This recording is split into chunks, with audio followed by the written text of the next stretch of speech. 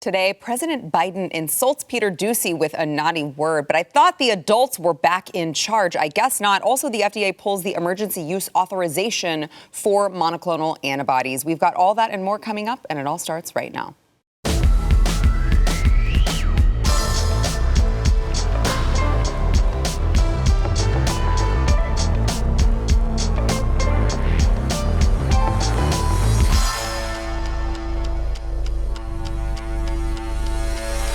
Welcome to the news and why it matters. I am Sarah Gonzalez. Today, I will be joined by more people, but they are late, and we got to get started because the show must go on. So I am joined right now by John Doyle, political commentator John Doyle, BlazeTV contributor, and host of Heck Off Commie. This is all very true, and I will say that something feels just correct about this. Really? I mean, I've always kind of felt like you and I have a very endearing dynamic, and everyone else is just kind of added weight, so to White speak. noise. So, well, you know, we have black noise, white noise, because we maintain a diverse coalition here at Blaze. But this just seems like it's the ultimate form of the news and why it matters, in my opinion, at least. You know what?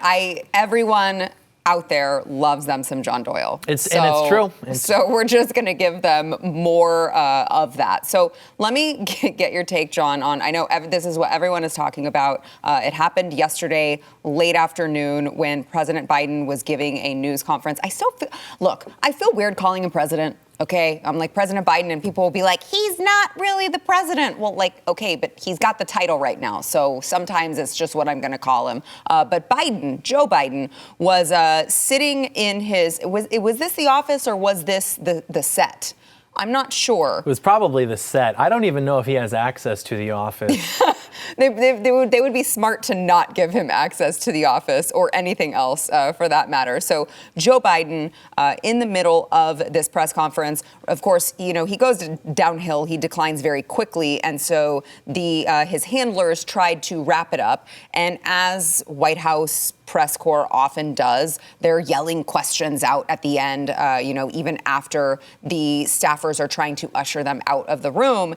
And Joe Biden was caught calling Peter Doocy quite the name after Peter Doocy was asking a question about inflation. Watch that exchange.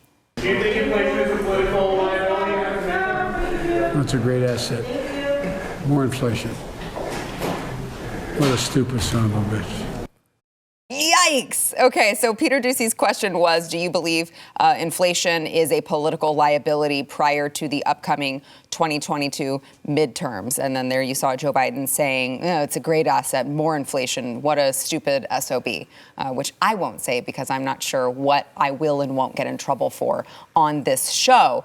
So a lot of talk about this, John. I'll get to Peter Doocy. Like, I think he handled it very well. He played it off. And he talked about how Joe Biden called him later on and said, hey, it's nothing personal, pal. Look fat, But but I have a hard time believing, people keep calling it a hot mic moment. I have a hard time believing that, he was just sitting in front of a microphone doing a press conference, and they had just started ushering people out. And he literally looks down at the microphone when he says it. Does that really count as a hot mic moment? No, because I think he was aware of what he was doing in the capacity that he could be. I think that he is kind of reverting to a mental state that's more reminiscent of a time where language like that was more commonplace in politics. And then as, time has passed, we've sort of gotten into a point where now it's the much more explicit and vulgar terms that are more popular, and things like that you don't really hear anymore. But I don't like this only because I don't want to like Joe Biden. And there's something I find very charming about just like shutting down reporters, even if they're asking a good question. It's, it kind of gets back to the Trump nostalgia. But I think he's in whatever capacity he can understand his situation. I think he's in panic mode. He's got to be at least somewhat knowledgeable of the polls that are coming out now that have him at 33% approval rating, which is lower than Trump ever was. And I think Trump's valley was at 34%, which was right after the January 6th thing when he was a lame duck, so to speak. So Biden's going through something that's pretty unprecedented in our lifetime in terms of the unpopularity of a president. Yeah, look, I understand what you mean when you say, I won't say I find it endearing, but I do think as people who just supported Donald Trump, it is important to note I'm not offended by his use of the term. I'm not offended by his calling the press a nasty name. I don't think it's a huge deal. However, it becomes a huge deal when these are the same people who ran on civility. They ran on uniting. They ran on the adults are going to be back in charge and we're not going to say mean things. I mean, that was their entire platform was we're not going to be mean like Trump. And then they turn around and do this and you have all of the mainstream media like, oh, well, it wasn't that big of a deal. Yeah. I mean, they did the same thing, too, when Trump was elected. I mean, F Trump. This was like a whole thing. And there's something very off-putting about that type of language. I went through my teenage phase where you swear because it's like cool or whatever. But I noticed like all the people who like really swear are always like the most like childish and kind of leftist type people. These are the people who will have like, notebooks that say like, get done and stuff like that. And it's just like, what is that supposed to be like funny? Like, oh, it's a professional notebook, but it says a swear word. Duh. It's like supposed to be. So That's I've like always Beto. Whenever he referred to those countries, he talked about Trump saying whole countries. Yeah.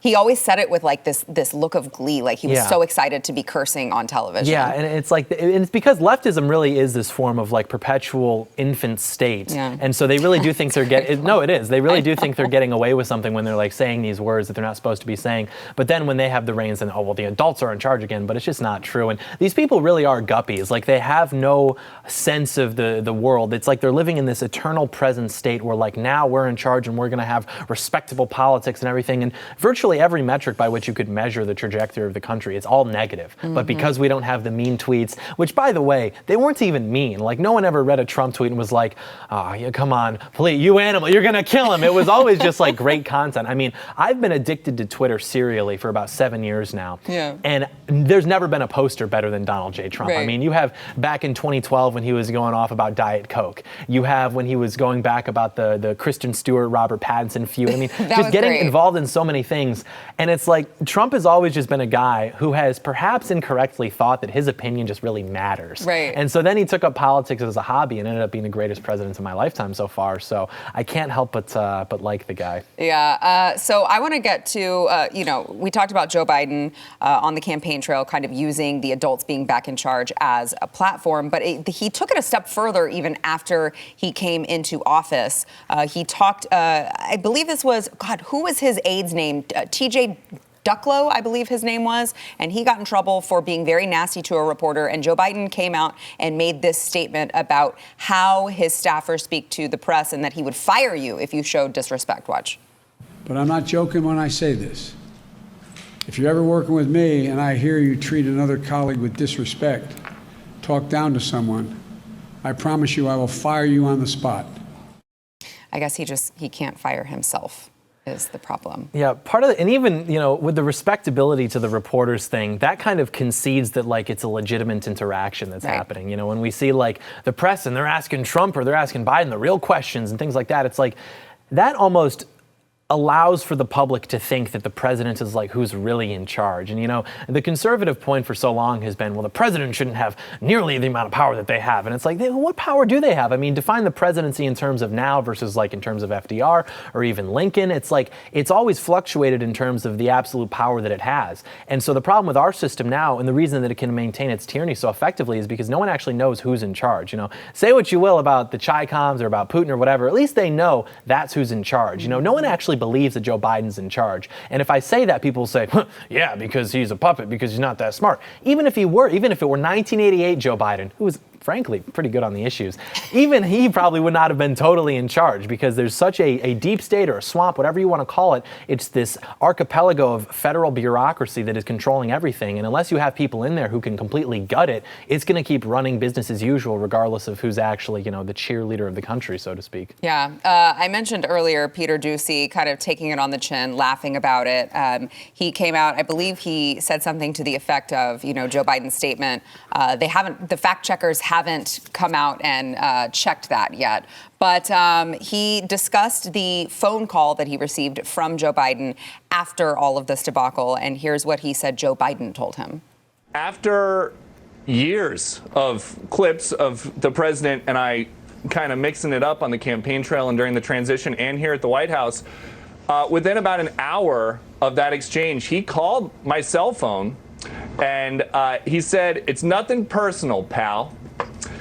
and we went back and forth, and we were talking about just kind of moving forward, and I made sure to tell him that I'm always going to try to ask something different than what everybody else is asking, and he said, "You've got to," and that's a quote from the president, so I'll keep doing it.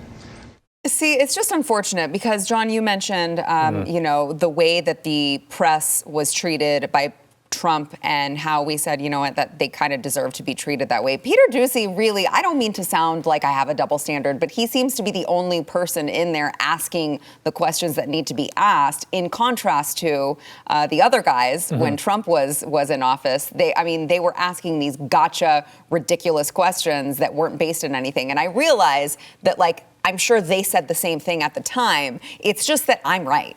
This is such a good point. And, you know, we've always had this conception of the press as, you know, they're these reporters and they're getting the scoop and everything like that. That's never been the case. The press has always basically served as an extension of whichever regime is currently in power. And, you know, you'll have your exceptions, like this guy, for example, is doing great work, but he is, of course, the exception. You know, even if you ask like a conservative, like, what's an example of when, you know, there was really press speaking truth to power, and they'll be like, oh, Watergate. And it's like, yeah, but that was against our guys in power. We don't like that. You know, Nixon was a good guy. We don't like that. So I think that we kind of have to abandon these immature conceptions of like the press is actually doing, because it's like, and I understand it because we're so frustrated with the president, with the Congress, and so we almost want to live vicariously through these reporters. You know, I can't tell you how many times my dad, great guy, but he'll send me these clips of Ted Cruz really laying into AOC or Ilhan Omar or something in like some commission or something, and it's just like, okay, but what happened? It's the same thing with the reporters. So, did you see him? He asked Biden about that, and Biden didn't know how to answer. And it's like, yeah, but I still can't get beef. So, like, you know, are we really winning here, or are we just kind of getting a pressure release valve? Yeah, the viral videos don't really mean much in the grand scheme of things. But they make a lot of people, well, not a lot of people, but a select group of people a lot of money. Yeah, well, yeah, that's the truth. One more thing on this before we go. A November poll, found you have to believe that this is just getting worse. 96% of Americans do not think things are going very well in America. I was just reading this in a story about Biden's newest approval ratings, which is 18% of registered voters say they strongly approve of the job that he's doing. 21% say they somewhat approve. 53% say they somewhat or strongly disapprove of his job performance. It's down 6 points from his approval rating in November. Again, I can't imagine that anything he's doing right now, the way that he has botched Ukraine, I can't imagine that that's going to be earning him any more approval points than he has already lost. Yeah, I don't know how you could approve of what he's doing. Other than just like fanatical investment. Yeah, the rabid left. But it's so funny because like leftists are fundamentally incapable of like penetrating thought. Like they do not have agency. And so like the entire contents of their brain have been decided for them by think tanks and by the mainstream media. And so there's often this joke that you hear whenever you see stand-up or even people, they'll say, oh, yeah, this country's going to hell and blah, blah, blah. But they don't actually understand like why that might be, because their conception of history is basically that for thousands of years, it was just evil and everything was evil. And then Jesus showed up. And then from Jesus to about 1939, it was The Handmaid's Tale. And then from 1939 to 1945, it was ostensibly the final boss, right? And then they took that guy out, and then we were getting this progress and this equality. And then in 2015, you had, you know how like in slasher movies, like the killer's dead, but then he gets up one last time. So it was kind of like that with Donald Trump. And so then we finally defeated him. You know, we had the resistance, we had Dumbledore's army. And then now we are living in the only remotely just time in human history, and we're making progress. This is like literally how these people think history works, because they have a progressive view of it, not a cyclical view of it. But it's like, you wonder why things are getting worse, like why people are miserable, and they just think they have to double down on it. Like, oh, it's just because we're just not quite equal enough yet. And it's like, you understand that like this is what you're doing. You know, no society in the history of the world that has ever experienced a sexual revolution has ever survived, by the way. They've never been able to reverse that. There was one in Europe in the 1500s. We had ours in the 1960s, and it's like, what are we going to do now? I mean, yeah, it's just gone downhill from there. It's true, and it's because of them. I mean, they're breaking everything. It's like the meme of, you know, a well-ordered room, and someone's like, I want this to be different, and then they destroy it, and they're like, oh, Like, it's not so that's better. different, right? It's different, right. It's but different, it's not better. Not necessarily better. All right. When we come back, I think we will have some more friends joining us at the table. First, we want to thank our sponsor, Built Bar. So if you enjoy a good snack throughout the day, but you don't want to pack on the pounds while doing it, I know a lot of you out there have a New Year's resolution to lose the weight. You've got to get Built Bar in your life, especially those of you who have a sweet tooth, okay? Because listen to me, okay? I am what they call the I don't know, health Nazi here at the Blaze. And I'm here to tell you, I lost 100 pounds. I've kept it off for like over a decade. I know what it's like to have to lose weight. I know what it's like to have to constantly curb your cravings. Built Bar is a great way that I have been able to do that because it's all covered in 100% chocolate. It tastes like you're eating a candy bar, but what you're actually eating is a protein bar that is going to be high in protein, low in calories, low in sugar, and low in carbs. Okay, they've got a ton of different flavors. You can check all of them out. Get a mixed box. If you've never gone there before, get a mixed box. They'll put in 2 of each of their regular flavors. You can figure out which ones you like the best and stock up on them so that you can stay on track. You can go to built.com, use promo code news15 to save 15% off of your order. That is news15 over at built.com. YouTube has strict community guidelines over what we can and cannot say about COVID-19 vaccines and treatments. If YouTube deems we've somehow violated these guidelines, we risk YouTube cutting off our ability to communicate to you. With that said, the discussions which follow are not meant to provide medical advice. Please seek the advice of local health officials for any COVID-19 and/or COVID vaccine-related questions and concerns. The FDA has suddenly rescinded the emergency use authorization for a number of monoclonal antibody treatments that have been used for early treatment of COVID-19. Now, I don't believe that they were very forthright about this decision. It was the Florida Department of Health that tweeted out the statement from the FDA. I'm sorry, the statement from the Florida Department of Health explaining that the FDA had told them that they were not going to allow any more monoclonal antibody treatments and that they needed to shut down all of their monoclonal antibody clinics that they had built for the purpose, obviously, of treating people in the state of Florida with who had COVID-19. Now, it's very interesting, you guys, because, like I said, very sudden, just said, nope, we're taking that. And they claim it's because the monoclonal antibodies are not helpful against Omicron. But we've heard the CDC come out and say the vaccine we don't really feel is very effective against Omicron. But they're only pulling the monoclonal antibody treatment and still encouraging people to get vaccinated. Oh, and also they're still using remdesivir, which is a cash cow for all of the hospitals, also not helping people, also no evidence to show that they're helping people with Omicron or any of the other variants, but the hospitals are cashing in on that.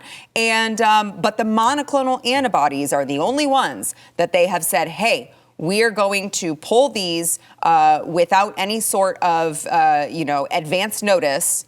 And then, by the way, on top of that, the Merck pills, the antiviral Merck pills that they are also pushing, we actually subsidize, by we, I mean the American taxpayers, we subsidize those. The government bought them for the price of $2.2 billion.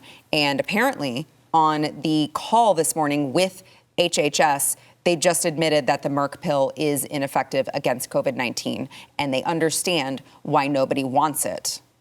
But they're going to send it to Florida anyway. They need the body count to go up. Yes. Legitimately speaking, not enough people are dying of COVID, and that's problematic. Hi, Elijah. Hello. It's Hi. good to see you. Welcome, Elijah. I teleported here specifically to tell you the truth, to tell the audience. I want you to, but Elijah Schaefer, everyone knows, slightly offensive, Yeah. BlazeTV host. And also, we have Kai Schwemmer here, who is a political commentator. You can find him on YouTube at Kai Clips. You look very young and innocent, and I'm sorry that we're going to corrupt you. So No, he's believe He's me. uncorruptible. You know, he comes in, he's got corrupted. this boyish charm, and he's just got this infectious personality. We're big Kai Clips fans. I'm just a chipper guy. What can An I say? established gentleman with the wisdom way beyond his age. He knows that. Not That's enough real. People are dying. And it's a problem for Moderna stocks are down 70%. Pfizer is crying, and everyone's like, we need more people to be afraid of this. And unfortunately, people are just kind of over it, and they don't care. And the monoclonal antibodies are actually helping people. That's actually true. Remember, Omicron isn't the only variant out there. Right. And they don't have a test for it. Like when they test at the hospital, they're not like, oh, you actually have the Omicron variant, not the Delta variant. Omicron? However you say it, I don't know. The cold? Yeah, exactly. The sneezies. but allergies. Like, I mean, they can send out that particular test to get like tested in a lab, but that's not something that when they're finding out your initial diagnosis, they're not like, oh, you have the Delta, we're going to treat you differently. Do you think that? So how would you even know? Am I wrong though? They want people to die? I think so. I think so. Well, it definitely gives them, a more advantageous kind of position because they can use it. We talked about this on the show a little bit earlier. The whole thing about, this is a COVID-related ER being filled up. But again, people aren't going to the ER even if they get it. They go to bed for 3 days, they don't see people, and then boom, maybe they lose their sense of taste or smell for a few weeks. But that's literally it. There are no ERs as far as I've seen. And I know people who get COVID that are filling up because people have COVID. And honestly, I miss the days where it was like your grandma was, oh, I had that when I was younger. Let me give you some bone broth. You stay in bed and you're good. I miss that. But the government realizes that if they can't be the ones to profit from selling you the one cure to the one variant, and if they're the only ones telling you about the variants, it's not like somebody saying, hey, this new thing popped up and I've got a remedy for it. Not to say that, it can't be snake oil, but if the government can be the one to, rack the paycheck for that, they're always going to want to do that. Are you saying the vaccines might not be as effective or might have? No. What? No. Yeah. What? John, you're always talking about how the vaccines work so well. I won't do it. I'll tell you a story. Earlier today, I went to Whataburger and I had a patty melt. Fantastic sandwich. I refuse to take the calories I siphon from that and convert them into takes on this. I'm over it. It's like, oh, it's not real. Yeah. And what else is new? But I guess I will say on this point that one of the first rules of political analysis is, of course, follow the money. And you look, and they had a financial incentive, all these hospitals, to diagnose people with COVID, to put them onto ventilators, and then to mark COVID on their death certificate. They were getting paid for all of this. So even that would suggest that all of this has been dramatically inflated in the first place. Wait, what? Right about the numbers? This goes to the beginning, actually. If we remember, all the way at the beginning, what did they tell you? They don't need masks. And then a few months later, they tell you, you need masks. Guess who has all the masks? The government. The state produces so many more masks. They start selling them. It's, a little bit interesting. You're saying the mask might not have been real either? Wow, you're blowing Elijah's mind now. This has given a lot of people... He's rethinking his entire life. This has given a lot of people a reason to exist, this whole narrative. They don't necessarily have a relationship with God or with their families, but they can pledge allegiance to the narratives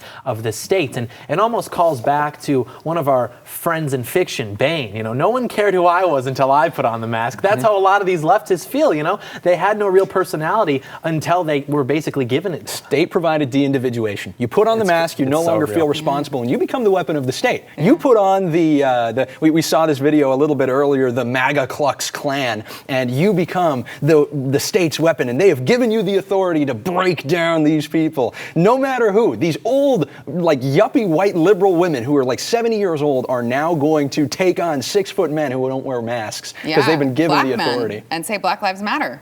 It's very weird. It's very weird. I want that drug. Let me bring into this conversation, make sure you've taken your blood pressure medication for this one. The family of a patient who is fighting for his life, they're speaking out right now after a Boston hospital removed him from its heart transplant list because he is unvaccinated against COVID-19. Wow. This is a 31-year-old.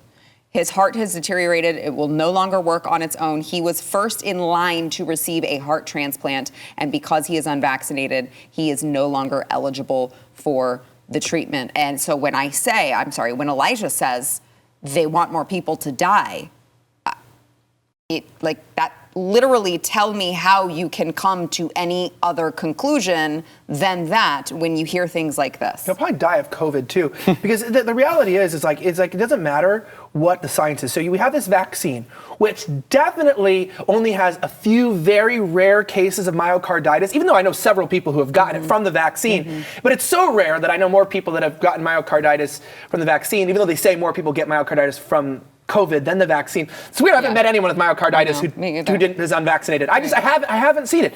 But I will say, it's like there's a guy do you see the other guy got off the kidney transplant list? He said the most base thing ever. They're like, you do realize we're going to remove you if you don't get vaccinated. He goes, I'd rather die from kidney failure than submit or whatever. And he literally said that. And that, he was like, I'm not gonna play this game. I want to die with my conviction.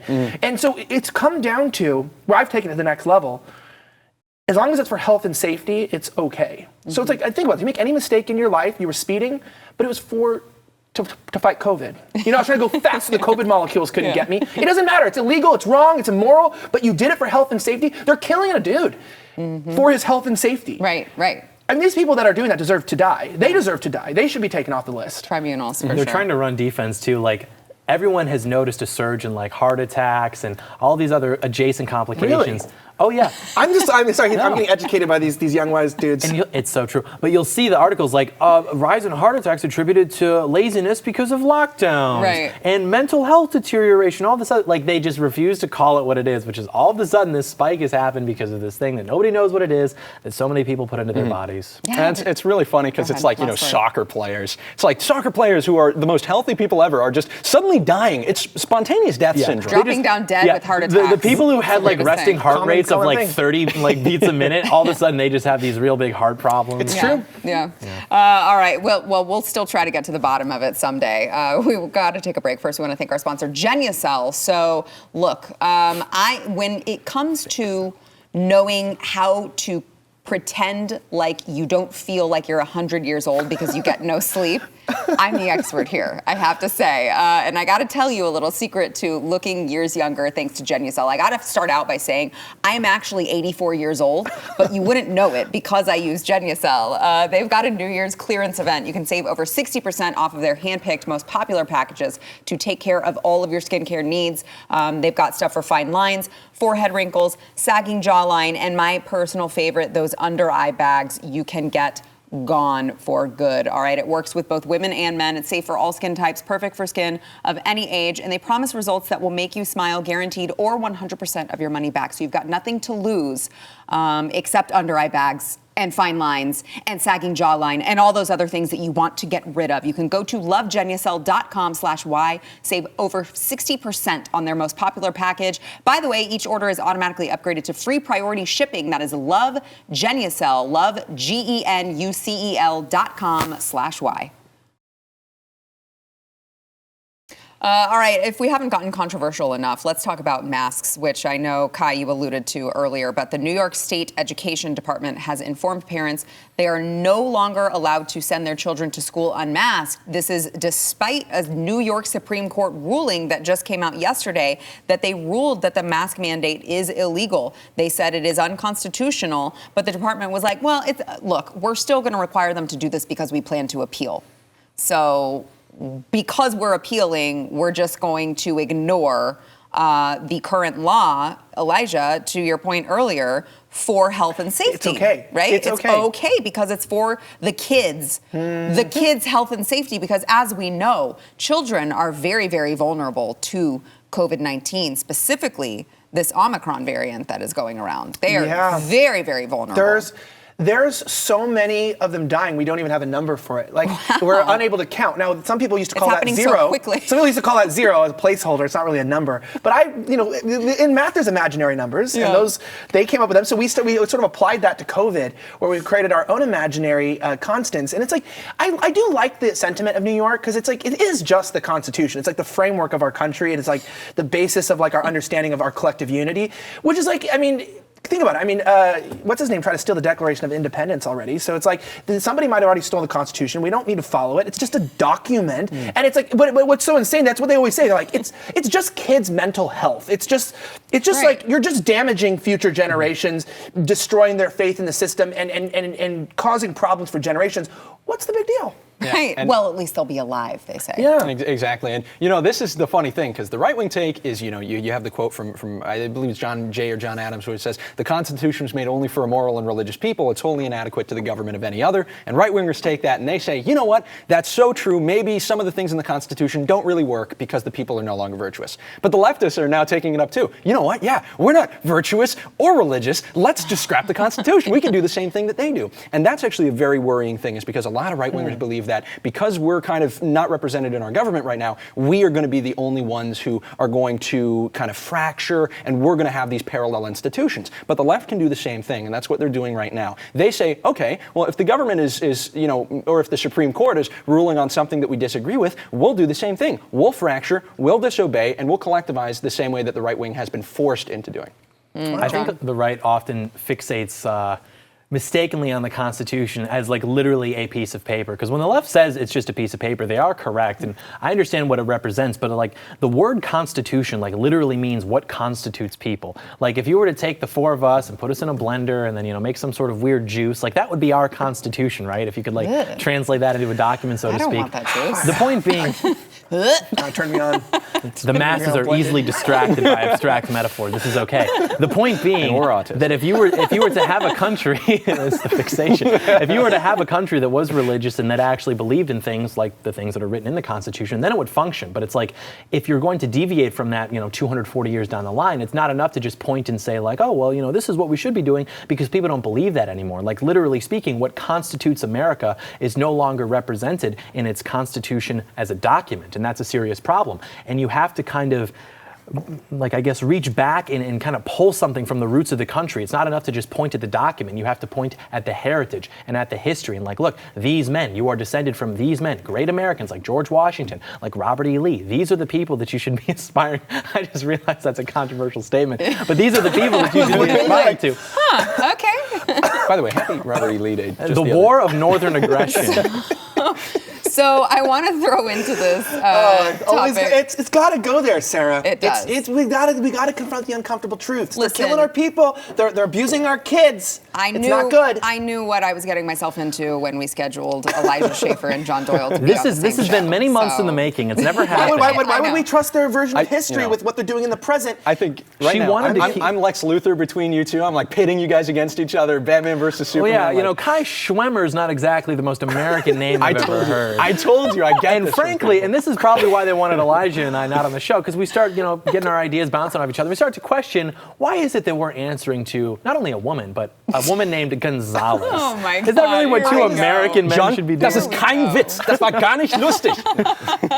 And they call me, literally, that's how Nazis talk. Therefore, he's a Nazi. Me just like putting away my dog whistles, I don't know. The point stands, though. That point stands. Well, this will be our last show, guys. If they lie about everything now, think about this, though, on the reality. I'm just saying, remembering this, if everything they do is against logic, truth, morality, and then they lie about it, and then they do it shamelessly and boldly, I mean, we have to question everything because you have to find truth. And we don't even define truth, let alone, find it anywhere. And so, I actually get really nervous because everyone knows this pandemic, these kids are being told that the masks are for their health and safety, even though it's not true. And so we're raising a generation of people that are going to be bred and raised on confusion. It scares me, especially for your kids and whatnot. You know what I mean?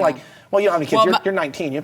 Yes, that's true. No, my children do not wear the masks. I made sure to send them. I mean, look, I homeschooled my older son while I had a newborn all last year so that he would not have to go through that. This year I found a good private school for him that we trust implicitly, and they would not be caught doing masks. It's abuse. At all. I think it is abuse. The dangerous thing is the commercialization, because I've seen far too many right-wingers be like, yeah, you know what, this whole mask thing sucks, but you put a Blue Lives Matter flag on it? Or the thin blue line? Yeah. Oh, okay, I'll buy that right now. I'm going to show my pride for President Donald Trump.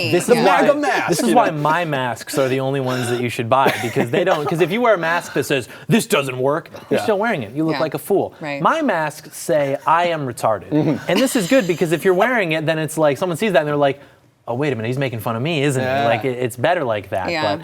But, it's also sad because I hear people. There was a guest not that long ago on the show who said, and I mean, she was wonderful, but it saddens me when you hear the perspective of just sometimes people want to travel. I mean, you understand, they want to go see the world and they want to do all these things, and it's so therefore, it's okay to wear the mask. And it's look, I get it. I've been on a plane as well. I do what you have to do, but I just think that mentality of just people have fun traveling. So it's okay for them. It's okay to get vaccinated if it makes it easier, even though they don't want to, even though they feel forced to. It just feels a lot like, no, guys, you gotta, if you don't stand on principle and you let this one go, what next? Right? And that's the thing, because people are willing to wear a mask for, a 3-hour flight or something. They're not necessarily like their children having to wear it 5 days a week for 8 hours a day. And we often have this wisdom of it's going to have to get worse before it gets better. People don't really understand the implications of that, because we live in a state now where you can still, gas is expensive, but you can still basically get it. You can still basically access food and entertainment and sex within a reasonable means. And so that population of people is never going to be driven towards serious change. You're going to need, unfortunately, a generation of young kids who, one of the most, I think, powerful images of the last year was this image I saw of a young boy, and he's standing there in a line at school, and he's got his mask on, and there's a female police officer who's got this real smug look on her face. She's wearing a mask too, but you can tell. And he just got this look of and he's just mad. Mm-hmm. That kid is going to have that fixation and that trauma, and probably also a little bit of antisocial personality issues because he hasn't been able to, interact with other kids and see how their faces move and things like that. Those are the kids who are going to have their villain origin stories, and they're going to have that fixation and that animosity towards a regime that has failed them. It's exciting. And 30 years from now, it unironically is 30 years from now, the butterfly effect of that is going to be very promising. Like, I think that our American Caesar has probably been born by this point, and he's probably wearing a face mask right now, and he's probably not too happy about it. So I know we got to go to break, but where does one go to access sex, John?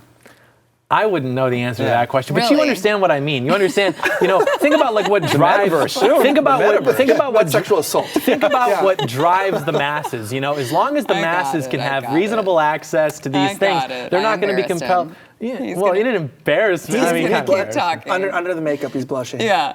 All right, we've got more to come, but first we want to thank new sponsor of the program. I'm excited about this one. You guys, you got to listen up, all right? mygotodoc.com. A lot of the main questions crossing people's minds these days are, where can I find a doctor online I can trust? Who is a covert expert and who is not? And not just a prescription factory. Where can I find a pharmacy that is going to dispense off-label medication that my doctor may prescribe me because I trust my doctor rather than big government bureaucrats to decide what is right for me? And also a place that is not going to charge me an arm and a leg. The answer to all of those questions, listen up, you guys, it is mygotodoc.com. Okay, Omicron is milder than Delta, and hopefully it will mean the pandemic is over soon. But I got to tell you, I know some people, there are many people who all along this time of COVID, they've had a really rough time of it, okay? And even if you don't, or you think I'm healthy and I'll be fine, you want to make sure that you are prepared. Not to mention, if you're high risk, you really need meds on hand so you can start treatment fast, all right? This is where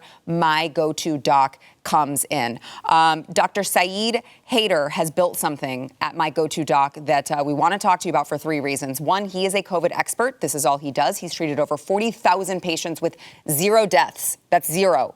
Okay? He is not Anthony Fauci. He is way, way, way smarter than that when it comes to COVID. 2, you can register for free and ask questions forever. And 3, they connect you to pharmacies that ship you a full 28 doses of ivermectin for less than $150. All right? I'm telling you guys, when we came down with it in our family, look, I'm very young and healthy, and I still, because of the fact that I didn't get any sleep with the baby being up all the time, the baby got sick. I was very, very lucky to have ivermectin on hand. You really need to make sure that you are prepared at mygotodoc.com. It is mygotodoc.com.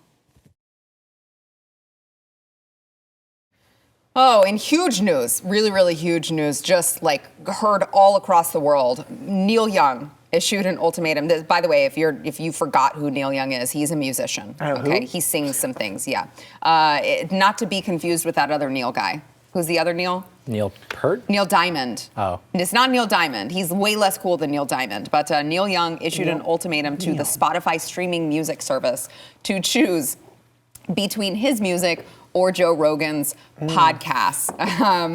Obviously, look, Spotify's deal with Joe Rogan, it's like a $100 million deal. And obviously, Spotify is raking in the cash because of Joe Rogan's many, 200 million downloads.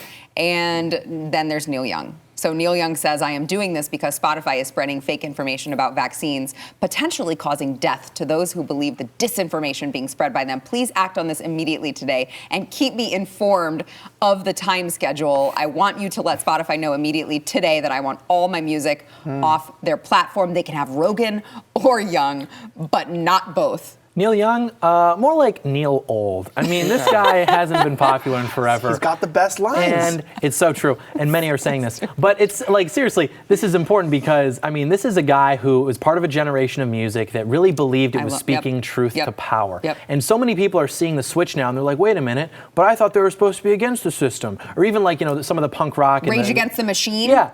So here's the thing, when they're talking about, I'm not listening to the man, they were talking about the majority in this country that were like evangelical Christian, moral people, the religious right. That's who they're mad about when they're, and now you do what they told you. They're talking about not being a degenerate. That's what that means. And so now that their coalition is in power, of course they're serving it. Why is this a surprise? Like they never had allegiance to, oh man, I don't like this system. They didn't like this system. They're perfectly happy with this system. They like it. So now, you know, I think that we can say finally, conclusively, that Lynyrd Skynyrd was correct on the Neil Young question. I mean, they dissed him in that very popular song of theirs, and I think that we can see that that has been vindicated. Yeah, Kai, your thoughts?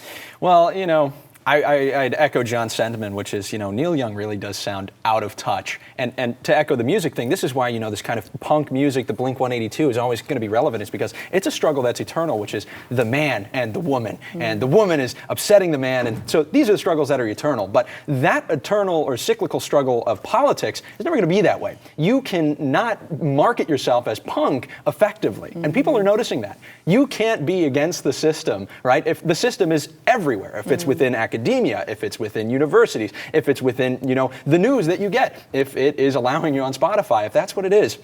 You know, you can't really get away with it. But I would be a little bit careful. There is almost this kind of a counter movement going on where it's like Joe Rogan is like the real one speaking truth to power. Joe Rogan's also on Spotify. Money drives this for sure. Yeah. But to say that Joe Rogan is the one person where you should get your information about COVID, I'm a little bit cautious of that. Certainly not. But the guests that he has on his program are definitely qualified to speak on the matter. You have Robert Malone. You have, you know, others who really have done a lot of work when it comes to not just the vaccines, but COVID themselves. Certainly they should at least have a spot at the table and people can listen to what they have to say and then decide what information, I mean, it's everyone's choice at the end of the day to decide what information they think that they can use and what information they can filter out. Elijah. Yeah, it shows the kind of narcissism too. Yeah. Where number one, like, so you don't care about your fans. I thought it was about getting your music out to the people that want to hear it. People don't necessarily like you, they like your music, which is number one. And so when you're like, well, I'm going to punish my listeners who use their hard-earned money in a difficult time in the country, that they can't access my music because there's a guy I don't like. And, you know, and it's like such a foolish thing, right? And on top of that too, like this idea that people are going to be sad about this. Like it's always that assumption, like, like as if this generation, which is mostly millennials and younger that are having Spotify, are like, the only reason why I'm on this is because Neil Young, I don't even know what he thinks is on here, and they're like, I got to delete it. Like, that's the sad part is like these people lost power. They don't really have any influence. They don't care. People like Joe Rogan are growing in influence and power because they're willing to have honest conversations with people. And that's so crazy. So I don't give Joe Rogan that much credit because like, this is so sad in our culture. People like Joe Rogan because he's just willing to talk to people. Right. Like, Yeah. like Right. that's Yeah, it's like that's it's like sad. it's not like that courageous or brave of a show. It's like he's willing to have someone who's willing to say the truth on his show, and it's like that's so sad as a society that's like there's like only one mainstream podcast that just has experts on that are allowed to say what is true. And they even vilify him as like Last far word. right. And I mean, Joe Rogan, he's a great guy. He's a good friend of mine. And he's got people like, what? Hurry up. Well, you know, Neil Young, didn't he have that one song that was like, you know, it's better to burn out than to fade away? I don't even know. Well, he's kind of faded away. Maybe he thinks this is his like burning out. If he can, you know, have one last stand, it's me or Joe Rogan. Spotify's like, oh, okay, Thank you, Joe Neil Rogan. Young. Okay, Neil Young bye. expert. That's not going to turn out to be a good business decision for him. We got to take a break. We'll be back. I'm a man of many hats. And as we come back to All right, don't forget, I know it was, I heard a lot of you, you're like, my New Year's resolution is to go over to where I get my audio podcasts and subscribe, rate, and review the news and why it matters, because I keep hearing Sarah talking about it, and I know that she can see all of the people who are watching this on YouTube, and not all of us have gone over and done that. But what that does, you guys, is it allows more people to be able to find the show because, as we know, the algorithm is working against us as conservatives. So you got to go over there. It's going to take you 2 seconds. And as an added benefit for you, you may see your review read live on air, like the one today from SJ Skiv, who said 5 stars, always watching. We always mute the local mainstream screen heads to catch you and all your guests for the news that is real. We will keep watching. I am here to give you the 5 stars you deserve. Sari from Sear. Thank you so much. It is true. It is true. Many people are saying it, John. And they say it all the time when they do say it. They do, right? Don't forget, you can catch, well, look, Elijah Schaefer's on like 10 shows on the network. So you are here, slightly offensive. Catch John Doyle, Heck Off Kami, and Kai Schwemmer, Kai Clips.